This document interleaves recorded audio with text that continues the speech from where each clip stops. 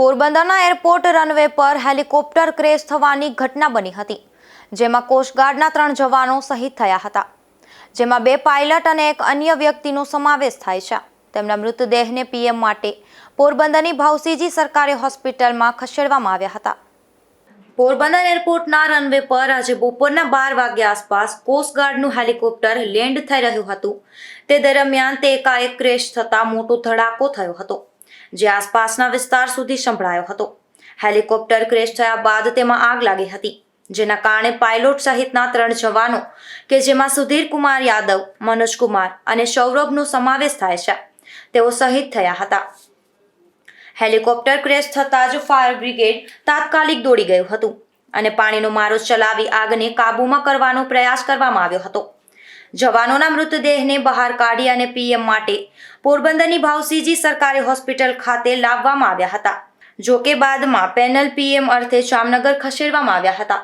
આ ઘટનાને પગલે કોસ્ટગાર્ડના ડીઆઈજી પંકજ અગ્રવાલ તેમજ જિલ્લા પોલીસ વડા ભગીરથસિંહ જાડેજા સહિતના પોલીસ અધિકારીઓ પણ હોસ્પિટલ ખાતે દોડી આવ્યા હતા.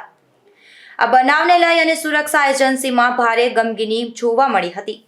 પોરબંદર કોસ્ટગાર્ડના હેલિકોપ્ટર ક્રેશ થવાની ઘટનામાં પ્રાથમિક વિગત આપતા જિલ્લા પોલીસ વડા ભગીરથસિંહ જાડેજાએ જણાવ્યું હતું કે કોસ્ટગાર્ડની રૂટીન કામગીરીના ભાગરૂપે હેલિકોપ્ટરે ઉડાન ભરી અને પરત ફરી રહ્યું હતું. તે દરમિયાન બપોરના 12:10 ક્રેશ થવાની ઘટના બની હતી. આ બનાવને લઈ અને વધુ તપાસ ચાલી રહી છે. आज गुजरात कोस्ट गार्ड का हेलीकॉप्टर क्रैश हुआ है, कितने टाइम घंटे बजे ये बनी है? पोरबंदर एयरपोर्ट पे आज कोस्ट गार्ड का एक एडवांस लाइट हेलीकॉप्टर दोपहर 12:10 पे लैंडिंग के टाइम पे क्रैश हुआ है. क्रैशिंग के टाइम पे हेलीकॉप्टर में 3 क्रू मेंबर्स मौजूद थे. तीनों को तात्कालिक रेस्क्यू करके पोरबंदर की भावसिंह हॉस्पिटल में एडमिट करवाया था, बट अनफॉर्चुनेटली तीनों क्रू मेंबर्स जो है वो सर्वाइव नहीं कर पाए और तीनों की दुखद घटना में मृत्यु हुई है. इसमें जो कोस्ट गार्ड का रूटीन सॉर्टी जो बोलते हैं, वो हेलीकॉप्टर रूटीन सॉर्टी पे से वापस आके लैंडिंग कर रहा था. उस टाइम पे रनवे के पास ये दुर्घटना हुई है. અહીંયા કોસ્ટગાર્ડનું પ્લેન છે, લેન્ડિંગ થતી વખતે ક્રેશ થઈ ગયું એવું લાગે છે અને ખૂબ જ દુઃખદ ઘટના અને હૃદય ધરાવક ઘટના છે. 3 છે ડેથ થઈ ગયા છે.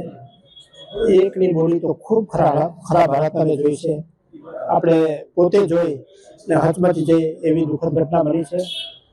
પરંતુ કૃપાળુ પરમાત્મા છે એ એમના આત્માને શાંતિ આપે અને એના જે પરિવારજનો છે એને આ દુઃખ સહન કરવાની શક્તિ આપે. કોસ્ટગાર્ડ પરિવારને પણ પરમ કૃપાળુ પરમાત્મા આ દુઃખ સહન કરવાની શક્તિ આપે. ભવિષ્યમાં પરમ કૃપાળુ પરમાત્માને આપણે પ્રાર્થના કરીએ કે ભવિષ્યમાં આવા હાદસાઓ ન બને. પોરબંદરના ધારાસભ્ય અર્જુનભાઈ મોઢવાડિયા તથા તેમના ભાઈ રામદેવભાઈ મોઢવાડિયા પણ તાત્કાલિક આ સમાચાર મળતા સરકારી હોસ્પિટલે દોડી ગયા હતા અને આ ઘટના બાબતે ખૂબ જ દુઃખ વ્યક્ત કર્યું હતું, તેમજ આ દુઃખની ઘડીમાં પરિવારજનોને સાંત્વના આપી હતી. નિપુલ પોપટ, ગુજરાત ન્યૂઝ, પોરબંદર.